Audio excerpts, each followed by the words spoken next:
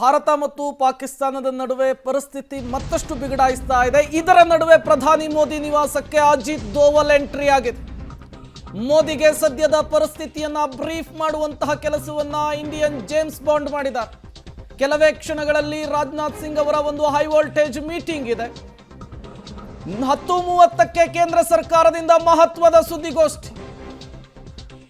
ಪ್ರಧಾನಿ ಮೋದಿ ನಿವಾಸಕ್ಕೆ ಅಜಿತ್ ದೋವಲ್ ಎಂಟ್ರಿ ಆಗಿರುವಂಥದ್ದು. ಮತ್ತೊಂದು ಕಡೆ ರಕ್ಷಣಾ ಸಚಿವರು ಈಗಾಗಲೇ ಪ್ರಧಾನಿ ನರೇಂದ್ರ ಮೋದಿ ಅವರಿಗೆ ಬ್ರೀಫ್ ಮಾಡುವಂತಹ ಕೆಲಸವನ್ನು ಮಾಡಿದ್ದಾರೆ. ಇದರ ನಡುವೆ 10:30ಕ್ಕೆ ಕರೆದಿರುವಂತಹ ಪತ್ರಿಕಾಗೋಷ್ಠಿ ಇದೆಯಲ್ಲ, ಅದು ತುಂಬಾ ಕುತೂಹಲಕ್ಕೆ ಕಾರಣವಾಗ್ತಾ ಇದೆ.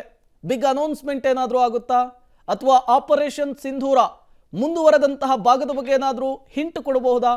ಪಾಕಿಸ್ತಾನ ಮಾಡ್ತಾ ಇರುವಂತಹ ದಾಳಿ, ಭಾರತದ ಪ್ರತಿದಾಳಿ, ಅದರ ಬಗ್ಗೆ ಏನಾದರೂ ಒಂದು ಮಹತ್ವದ ಕುರುಹುಗಳನ್ನ ದೇಶವಾಸಿಗಳ ಮುಂದೆ ಜಗತ್ತಿನ ಮುಂದೆ ಇರುವಂತಹ ಸಾಮಾನ್ಯವಾಗಿ ಏನಾಗುತ್ತೆ ಅಂತಂದ್ರೆ ಮಿನಿಟ್ ಟು ಮಿನಿಟ್ ಬ್ರೀಫಿಂಗ್ ಪ್ರಧಾನಮಂತ್ರಿಗಳಿಗೆ ಹೋಗ್ತಾ ಇರುತ್ತೆ.